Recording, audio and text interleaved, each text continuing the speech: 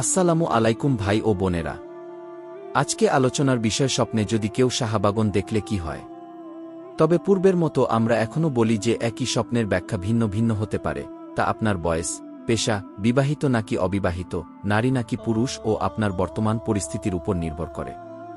স্বপ্নের শাহবাগন দেখার ব্যাখ্যা আমরা কিতাব থেকে যেটুকু পেয়েছি তাতেই আমরা বর্ণনা করেছি। এই রকম আরও স্বপ্নের ভিডিও পেতে আমাদের চ্যানেলটি এখনই সাবস্ক্রাইব করুন। আশা করি আল্লাহর অশেষ রহমতে আপনারা সকলেই ভালো আছেন, আলহামদুলিল্লাহ। স্বপ্নকে আরবি ভাষায় রুইয়া এবং ফার্সিতে খোয়াব বলা হয়।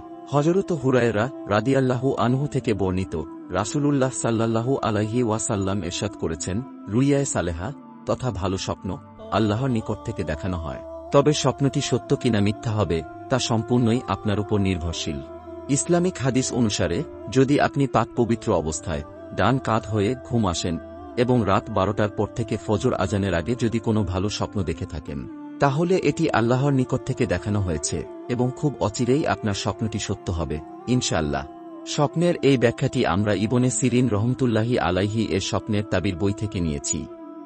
স্বপ্নে যদি কেউ সাহাবা বা তাবিঈদের যেকোনো একজনকে বা সকলকে জীবিত দেখে তাহলে এটা তার এবং তার পরিবারের দ্বীনী শক্তি ও যোগ্যতার প্রমাণ। যে স্বপ্নে দেখেছে তার সম্মান ও মর্যাদা বৃদ্ধি পাবে, আপন কর্মকাণ্ডে সে হবে প্রশংসিত। যদি দেখে সে তাদের একজনে পরিণত হয়েছে তাহলে কঠিন বিপদে পড়বে, পরে অবশ্যই সে জয়ী থাকবে। তাদেরকে যদি কয়েকবার স্বপ্নে দেখে তাহলে সেটা তার উত্তম পন্থায় জীবিকা নির্বাহকে বুঝাবে।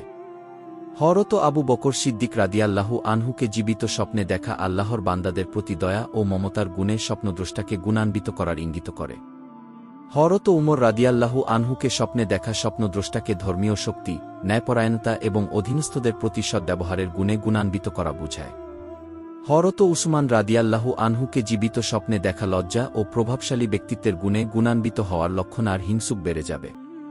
হযরত আলী রাদিয়াল্লাহু আনহুকে জীবিত স্বপ্নে দেখা জ্ঞান, পরিশুদ্ধ সাহস ও তপস্যার গুণে সম্মানিত হওয়ার আলামত।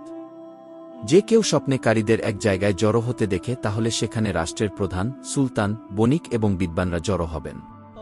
মৃত কোনো নেককার ব্যক্তিকে কোনো শহরে জীবিত দেখা ওই শহরবাসীর সচ্ছলতা লাভের লক্ষণ।